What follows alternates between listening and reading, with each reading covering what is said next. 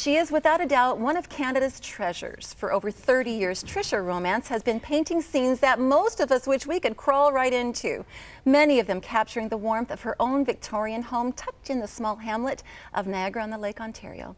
She is considered one of Canada's best watercolor artists, and we are honored to have Trisha join us on the couch today. Welcome to Full Circle.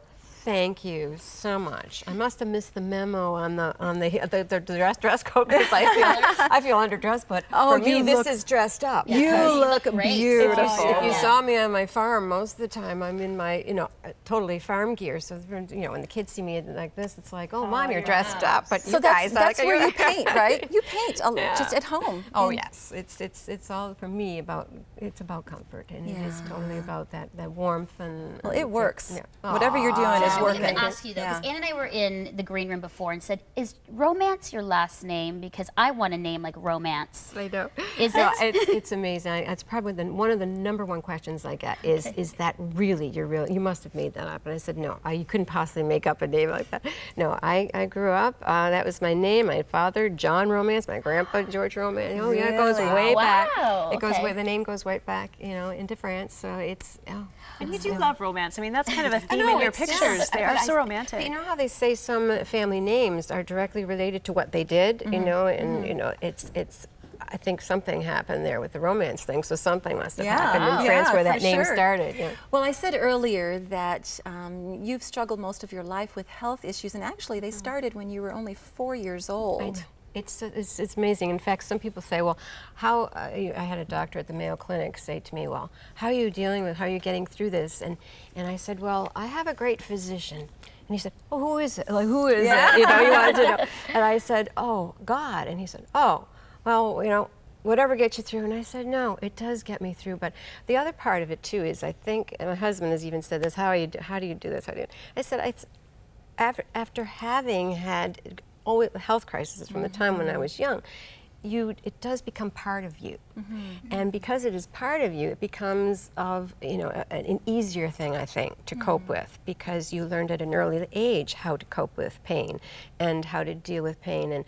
And because, for me, and I look back at more recent years, let's say the last 18 years, when things got worse, it was a case of, I don't even remember what it felt like not to have it anymore. It's become the new me, like the new day-to-day experience.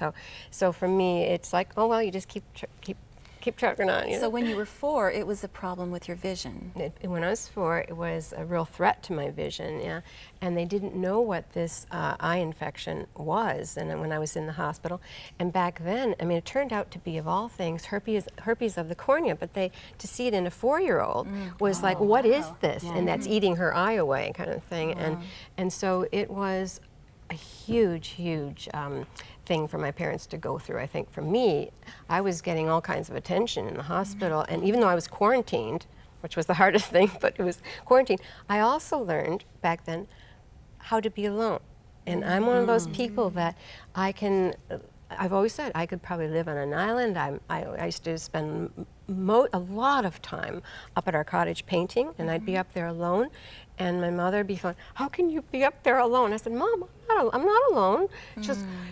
What do you mean you're not alone? Of course you're alone. I said, no, there's deer outside my window, and I'm looking at it. No, I'm not alone, and I always have God with me. I'm never alone. Oh, sorry, go ahead. So I learned at an early age, I think, that maybe being quarantined was what started it. And I was going to say, like, it's amazing how God can use something that is horrible and turn it into something beautiful, because it was while you were recovering from the procedure that they did to try and save your eyes is when you actually started to paint. Absolutely. Very fun you bring that up, because and I think I used to receive gifts every day when people would come, and some things they'd have to take away from me I couldn't do and so forth. But I always had, these, you probably don't remember it, you're too young to remember, but we had these similar, you'd sketch on it and then like this and lift it up and then come, the thing and come down. Yeah, well, that was one of the first. Oh no, just kidding. I have no idea what you're talking about. I'm kidding. Yeah, I knew it. I knew that was going to happen. So anyways, that was one of the first fun things. And then next thing you know, I started drawing nurses and doctors in my bed in the hospital, which was a crib basically. They had these fun. And I started drawing these fun things, and then it never stopped. I mean, I started really continuing to paint my environment, or to draw my environment, and then paint it consequently. Well, if anyone doesn't, by some chance, they live in a hole somewhere and they haven't seen your artwork, because I'm pretty sure everyone knows who you are. I mean, it's beautiful. We actually got some pictures of some of your beautiful works here. Look at that. I love this one. That little girl is so pretty. This Garden is quite angel. sad, actually, now when I look at this painting, this piece, because the angel in that garden, we had a huge storm hit last spring, April 28th. I'll never forget it. We lost 30 giant trees on our property, and within an hour they all started tumbling down, and I lost, this is back in my rose garden area, and I lost 5 huge trees back there. It's precious ones that will never be there You ever again. paint your children. Like this is one of your children. Yes, everything you see in my paintings comes from a real place, and usually from my family, including, you know, my children's book was all about that. This was from our cottage, and so there's always been that attraction, maybe since I was 4, to always paint that environment. And as soon as they put Nathan in my arms in the hospital, I never thought I'd ever paint children. I mean, it was the last thing. I was painting homes, painting barns, and then when Nathan was born, they put him in my arms at the hospital, and I said to the nurse, oh my goodness, I have to paint him. And that was the beginning. But Trisha, there's interesting. We can look at the pictures and we see barns and we see children, but I've always noticed in your paintings light. You always have in some part of your painting a light reflection, a light penetrating through something, a light in the window, a light in the candle, a light reflecting off the snow. So what is the meaning for you of light in your pictures? The deepest meaning, I still think, behind that is when these patches were on my eyes for so long, it seemed like forever, because it felt like totally being blind, and in the darkness. I began to really hate darkness, and even to a point like I was forced into naps, like, you know, even when I was 5, like I kept having naps, and when my mom would pull the blinds, I hated any darkness whatsoever, and to this day, I still have to have lights around my house. I have to have them on, even at night when I sleep. There has to be night lights. There has to be a sense of light somewhere. But as a watercolor artist, and I always gravitated toward watercolor because of the luminosity I was able to have the most fun with light. And the first thing was snow, especially. And of course, I'm definitely a winter person somewhere in there. I was born in April, but I still am a winter person. And somehow, with watercolor, creating that sense of light coming through windows was also a deep memory from my childhood. Coming home in a cold winter night, and my mom having the lights in the windows hitting the snow, so that started. And you continue to paint. I mentioned earlier that you've had health issues, and you said even within the last 18 years or so. Tell us just briefly, what have you been dealing with? Numerous things. It all started, I was basically enjoying my life, doing aerobics, and then I wasn't able to get through even an aerobics class, and I was feeling lots of pain in the right side of my head, but I continued as usual, just keep trooping through, and then to a point where I was losing my strength, you know, and I couldn't figure out what was going on. And then my aerobics instructor said, I think you better go see a doctor. And that's when I went and said, okay, we'll start with this whole, and that was the beginning of the health journey, is when, you know, they found deep-seated in the right side of the brain was this venous angioma.